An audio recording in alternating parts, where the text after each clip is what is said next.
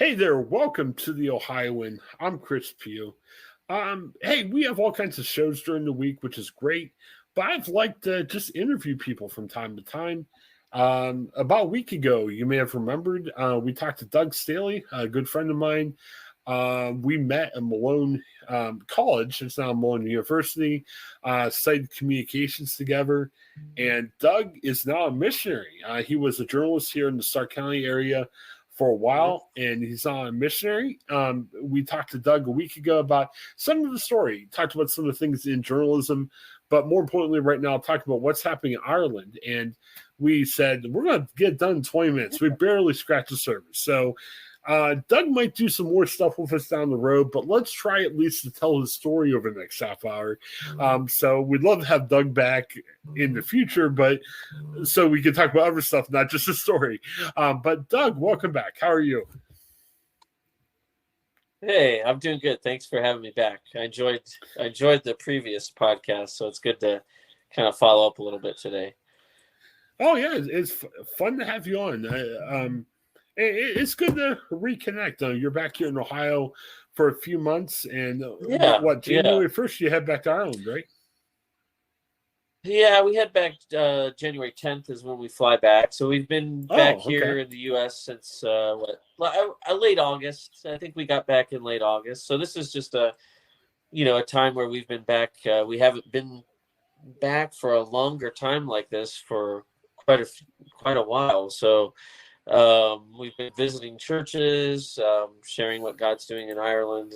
That part of our stay is done, but now we're just kind of into the Christmas season, obviously, and looking forward to spending time with family here the next few weeks before we head back. But yeah, it's been good. We've enjoyed a time of, it's kind of a rest, but it's not really a rest, if you know what I mean.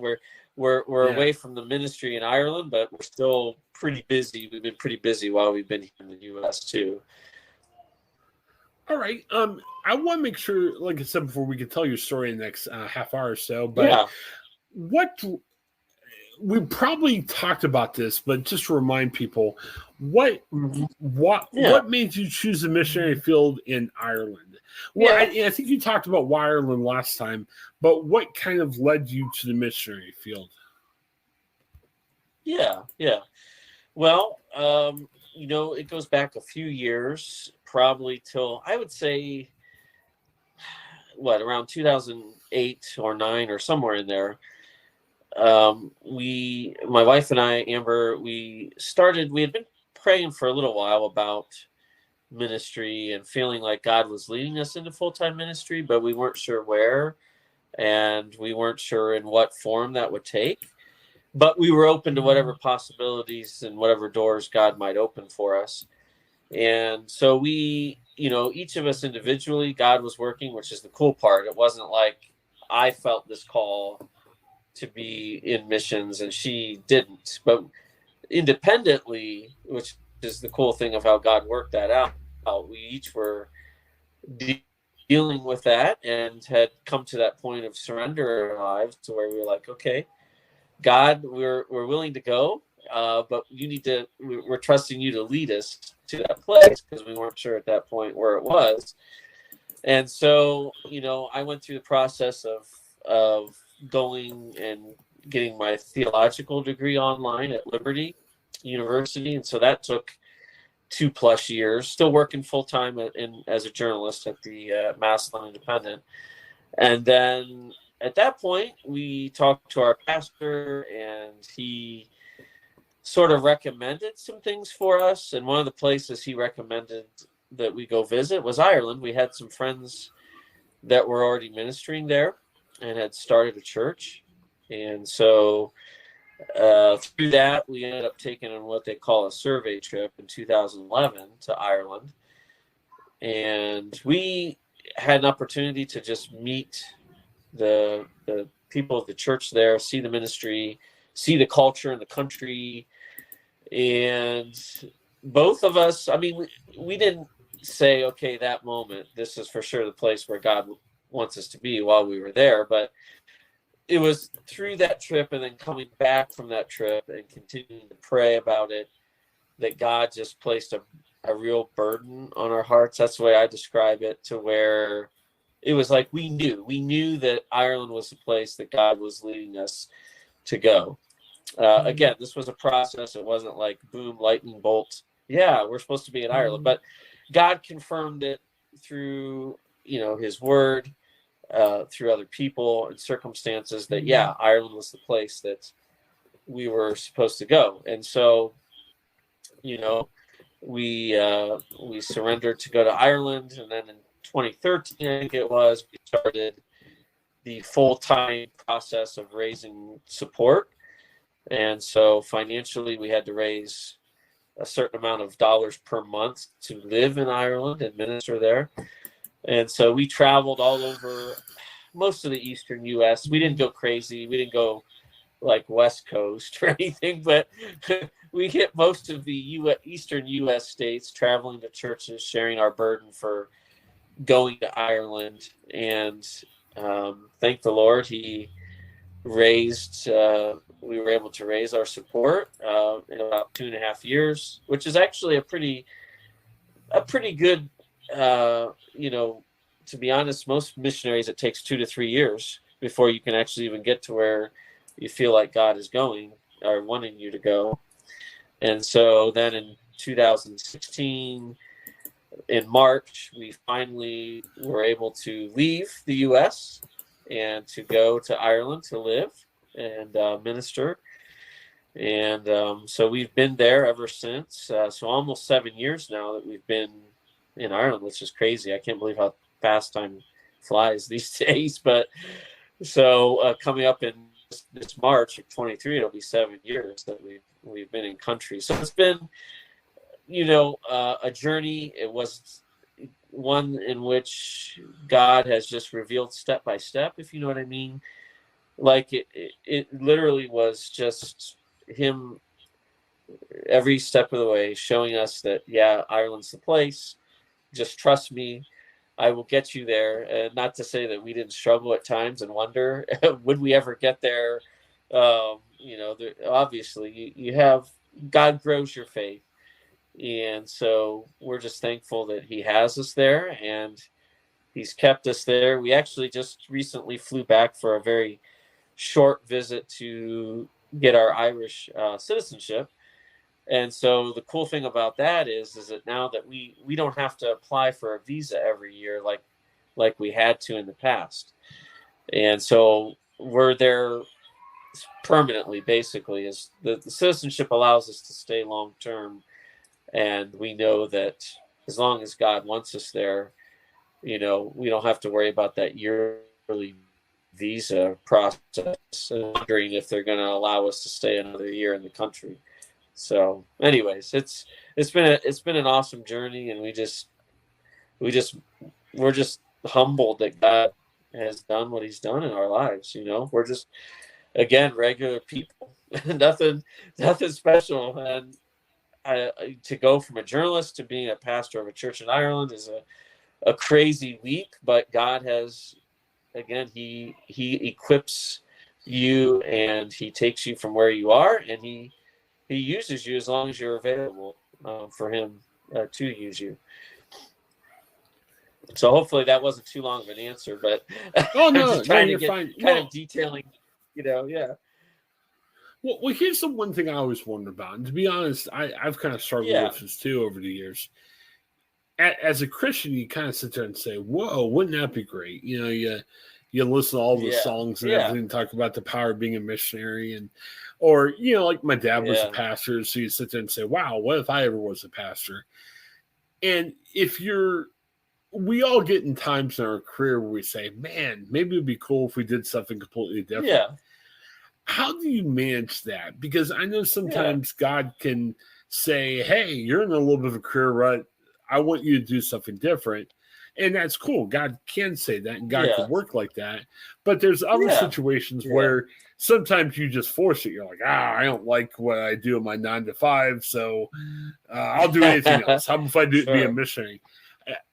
I think the easy Sunday school answer is, okay, you pray about it, you pray for God's direction.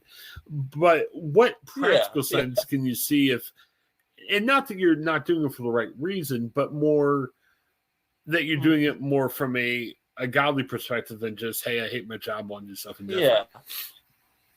Yeah. I think, for me, it was just that God just, I don't know how to explain it.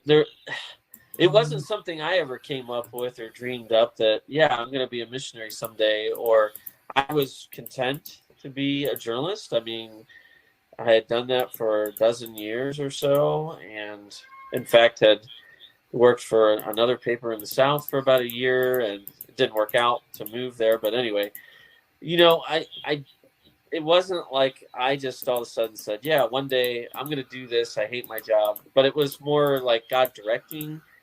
And by that, I mean, it was the Holy Spirit, not obviously audibly, but being sensitive to his leadership and hearing messages on missions, and just that unmistakable call that God was saying, that's you. I want to use you. And even reading the word and devotions and things that would jump out at me, where I knew God was speaking directly to my heart. So there's definitely those markers where, if God is really leading you, there's going to be things that you can point to, rather than you just, if you try to just say, oh, I'm going to do this, and because I don't see a way out of my career, or I just want to change, you're going to fall flat on your face, because God's not in that. But if he's in it, he's going to lead you, and he's going to provide, and he's just going to, I don't know any other way to explain it. He will show up in your life, and you're going to know for sure that that's what he wants you to do, rather than, and I had several people, pastors that would say, hey, you make sure that this is what God wants for your life, because if it's not, it's not going to work out. And, you're going to get yourself, if you're not called to be in ministry, you have no business being in ministry. And so there's a time of examination that, that goes on, and just confirming through other people, and through, again, just simply God speaking to your heart that in fact, he does want you to be in the ministry. So, I mean, and really, as Christians, we're all called to be in ministry.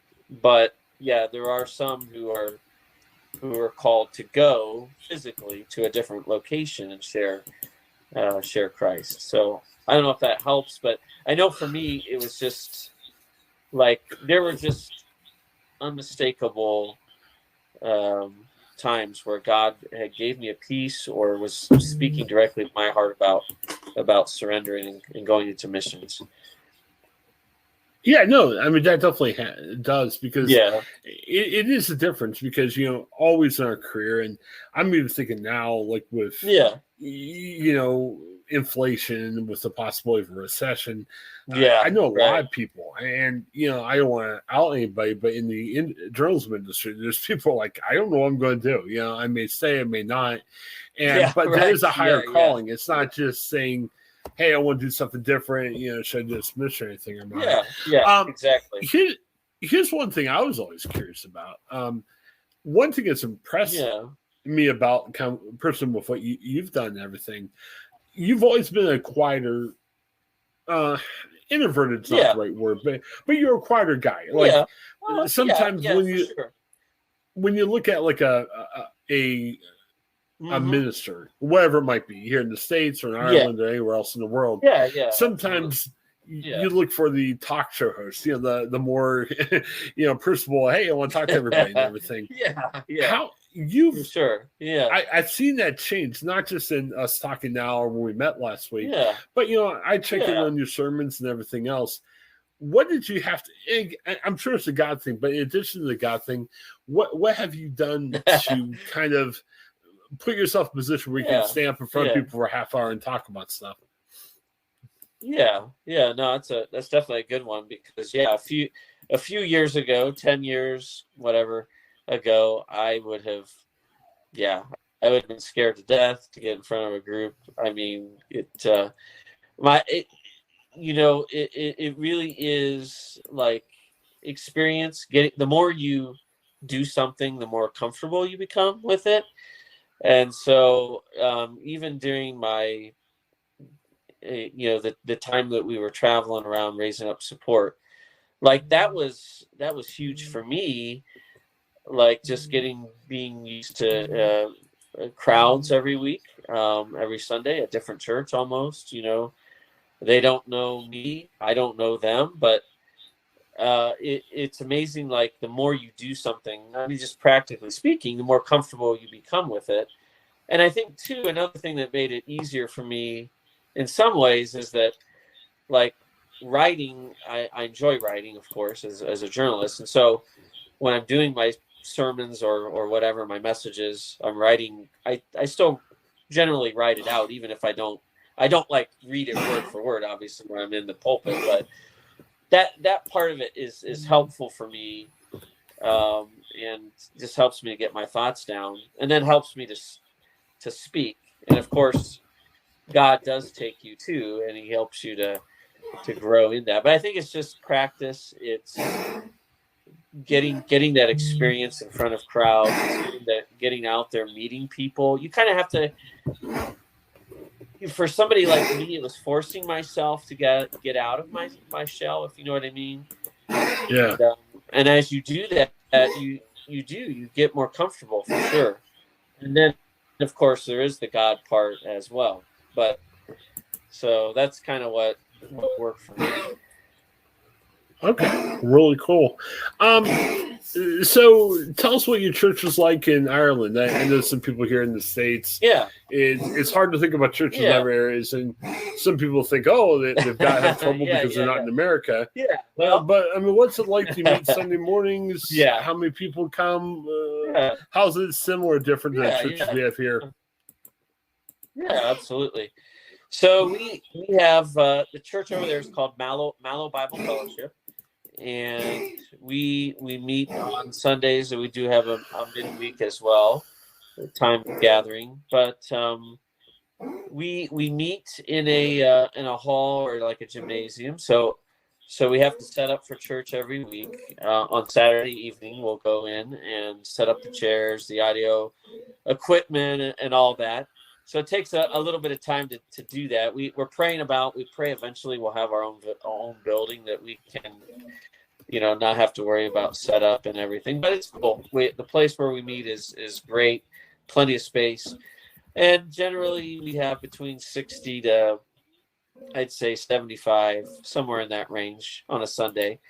Obviously, can vary from week to week who's there.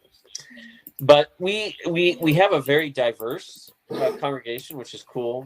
So we have like Irish people, but we also have Mallow, the town where we're ministering in, is very, very multicultural. And so there's African nations represented in our church. There's other European nations that are represented as well. Ireland is kind of a magnet for all kinds of groups of people because they take in people who are seeking what they call political asylum. So say their home country is like crazy with war or just unrest. And so there's a lot of people who come into Ireland, which is generally a neutral country, welcoming to other nations, and they settle there. So we have, I forget how many different nationalities, but if you were to come to our church on a Sunday morning, you'd see all kinds of people represented, all kinds of nations, which to us is really cool because that's what heaven's going to be like. Different nations of every tribe, tongue, and nation, the Bible says. But so as far as ministering there, it's a hard work. Western Europe in particular is way post Christian, and so the soil is hard, but yet God is at work. We're not going to see like dozens of people come to know the Lord in a single year like you might in an African country or South American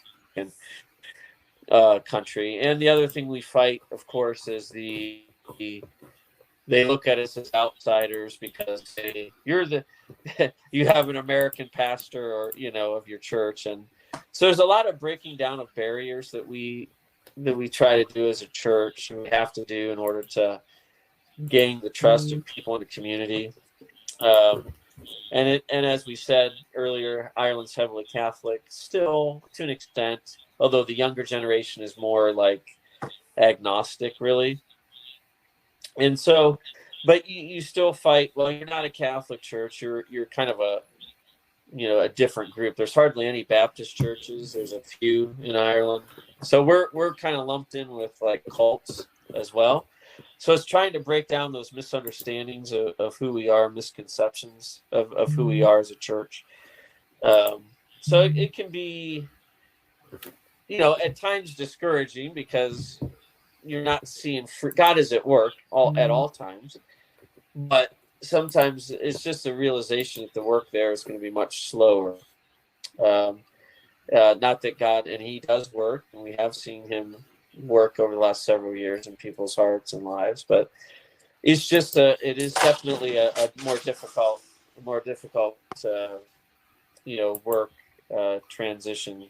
I guess getting people, first of all, to come into the church, and secondly, if they do become a Christian, there's a lot of things that maybe they learned if they were a Catholic that you kind of have to work with them on, or other issues. So, all right. Well, we got about 9 or 10 minutes left. Let's just ask some general questions about Ireland too, just so people know what life's like over there. Yeah. We talked a lot about sports here and everything. What's the biggest sport people like to talk about or watch over there? Is there is there a big pro sport, or do they enjoy watching sports from the U.S. or England or wherever the case might be? Yeah. So I'd say the biggest pro sport is rugby. And they really fought. Yeah. They have a lot of rugby clubs, and Ireland's national team is pretty good. They do pretty well at the international competitions for rugby. So rugby is huge. Amateur sports, like there's Irish sports that are called. One of the games is called hurling. And the best way for me to describe it is it's kind of a combination of lacrosse, soccer, field hockey. I mean, it's kind of got elements of all those different things. I tell people, YouTube it. You can find videos of hurling. It's spelled Hurling, not what Americans think of hurling. Okay, we say hurling here. It means something different. It's a sport. It's a sport in Ireland, but it's a cool sport. One of our boys, David, he plays it. He's 7. They play it from youth all the way up to adults, and it's all amateur.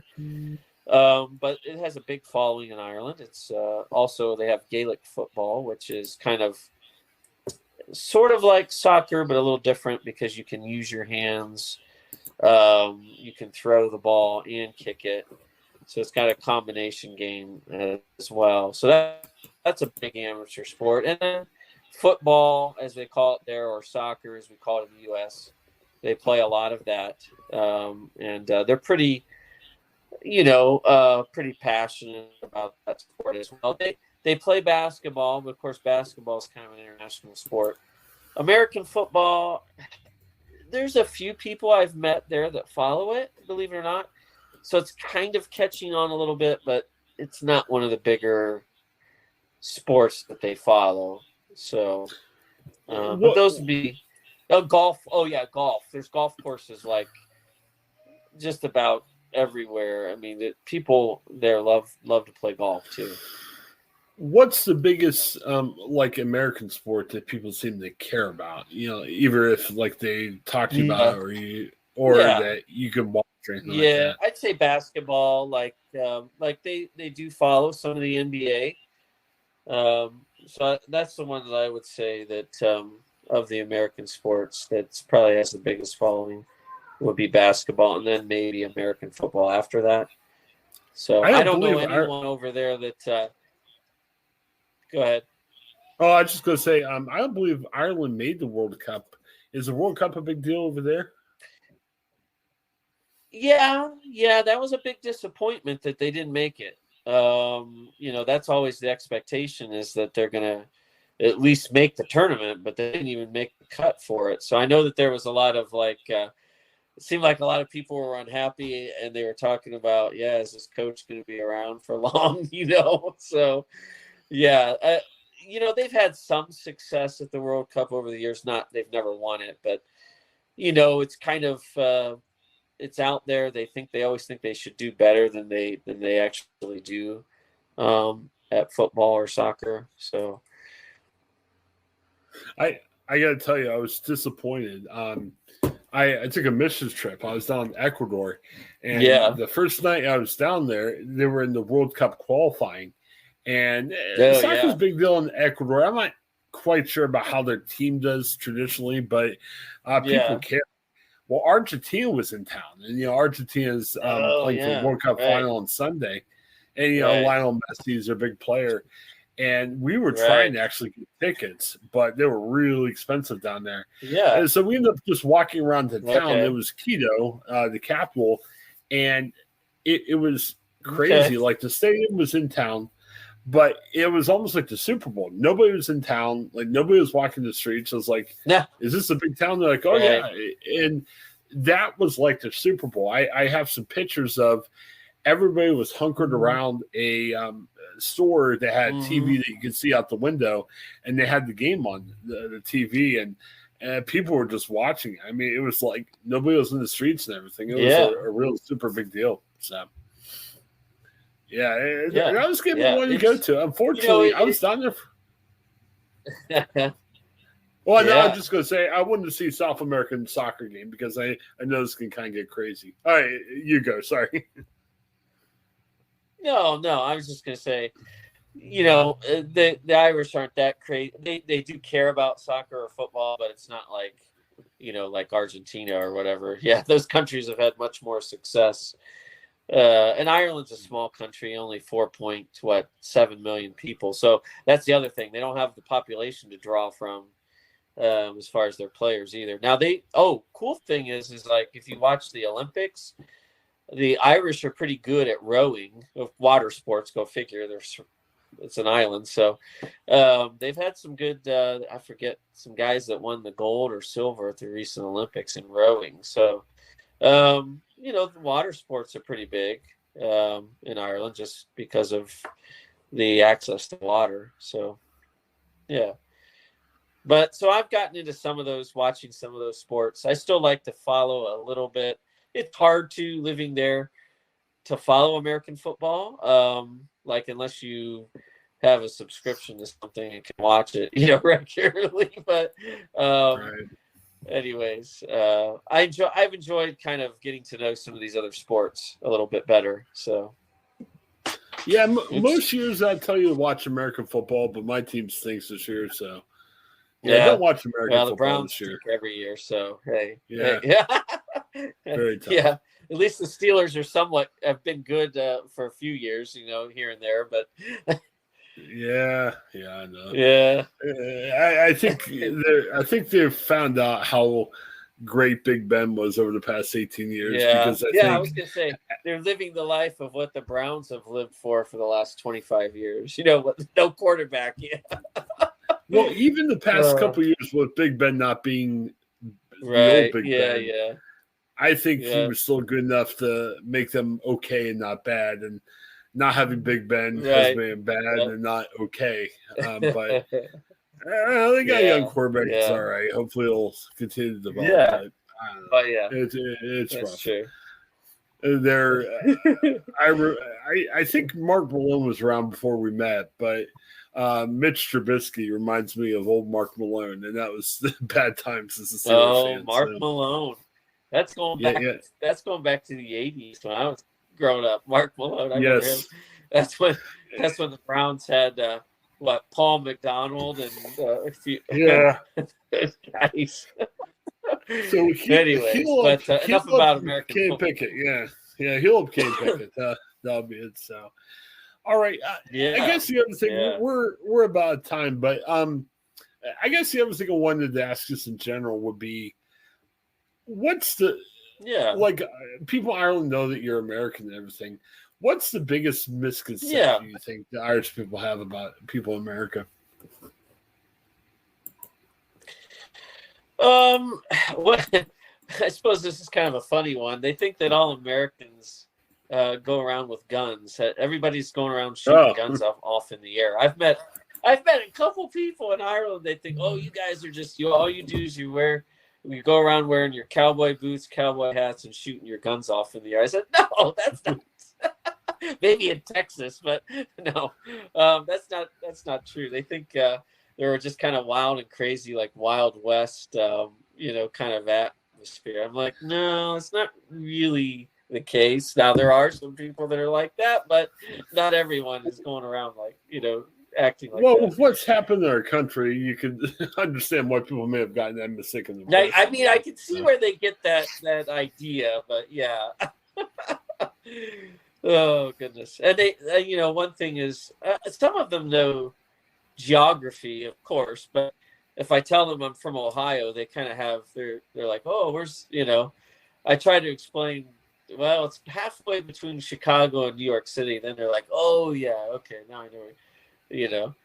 But that's like before I got to Ireland. If somebody had asked me a geography of Ireland, I would have been like, oh, I don't know where that's at for sure. Yeah. So. Yeah. Yeah. What do you think about? Do they like our politics, or our politics can get crazy? And they follow it. They definitely follow it. They will talk to you about it. Like to be honest, though, I had more people when Trump was president that seemed to want to talk about politics. Now that Biden's in there, I don't get as many political questions. To be honest, I try to steer clear. And if they ask me, I don't really want to go there. I know for a lot of them now. Again, remember Europe is pretty liberal, and I know America's getting that way, but it's still not to the extent of Europe. But it seemed like they did not like Trump. There was definitely a dislike of Trump over there. So, yeah, I can imagine. So. All right. Well, Doug, I know you and I both got some other stuff we got to take care of this morning. Yeah, this has been cool. I appreciate coming back on. Well, and we're going to try to think of ways. I got a unrelated idea that I'm going to run by Doug after we're done here. But we like to figure out ways to get Doug more involved from time to time. I know it's tough. I mean, he's busy in Ireland, but I got some ideas. We'll figure something out. But why at least introduce you to Doug, so you understand where Doug's coming from and everything. Thanks, Doug. I appreciate it. Head for Ireland on Facebook. Yeah, thank you. The best way of following him and his family. I saw people were clicking on that, Doug. It was exciting to see after our first part of the interview. So, that's awesome. Yeah. Well, hang out for a minute or two afterwards. But hey, everybody, thanks for checking out the Ohioan. Remember, we have segments each day. We're up to 2 segments a day. My goodness, including Sundays and Saturdays. So nobody should ever yell at us about not having enough content. We definitely have content. Check out our shows. Lots of content coming in the next few days, from a couple football-themed podcasts to some silliness about some of the crazy things happening around Ohio. And hang on a second, Doug. I got to promise everything. Our friend Craig Schaub, who likes movies, he talked to 2 of our movie reviewers, and they are talking about Avatar. The second Avatar is coming out this weekend. 3 hours and 12 minutes. Holy cow! I'm not sure if I can last for the whole movie, but they'll give you their opinion about the movie coming up. So for Doug, this is Chris. Thanks for checking us out. Have a great day. Hi, I'm Jennifer Mooney.